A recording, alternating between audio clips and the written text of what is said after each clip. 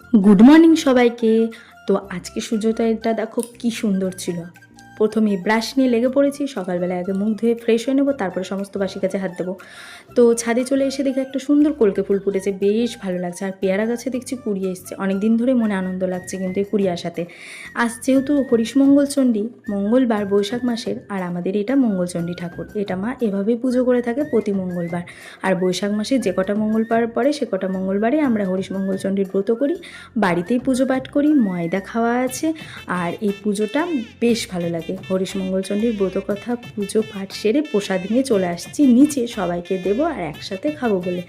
দুপুরের মেনুতে কী ছিল বলো তো? কাউনের খিচুড়ি, তার জন্য সবজি দিয়ে করেছিলাম বলে আলাদা করে তরকারি করিনি। বাদাম ভাজা দিয়ে আমরা কাউনের খিচুড়িটা আজ খেয়েছি সবাই মিলে। আর তারপরে আগের দিনে চাল ধোয়া জল ছিল, সেটা আমি দিয়ে দিলাম এখন ড্রাগন গাছে। ড্রাগন গাছটা বেশ বড় হচ্ছে কিন্তু ফুল হচ্ছে না, জানি না কেন। তারপরে এই যে সূর্যোদয়টা দেখো বিকালে, খুব সুন্দর। আর রাত্রের মেনুতে ছিল গরম গরম ফুলকো লুচি, ক্ষীর, ছোলার ডাল, গরম একটা মিষ্টি। আমি নিয়েছিলাম 4টে লুচি। তো আজকের মতো গুড নাইট, টাটা।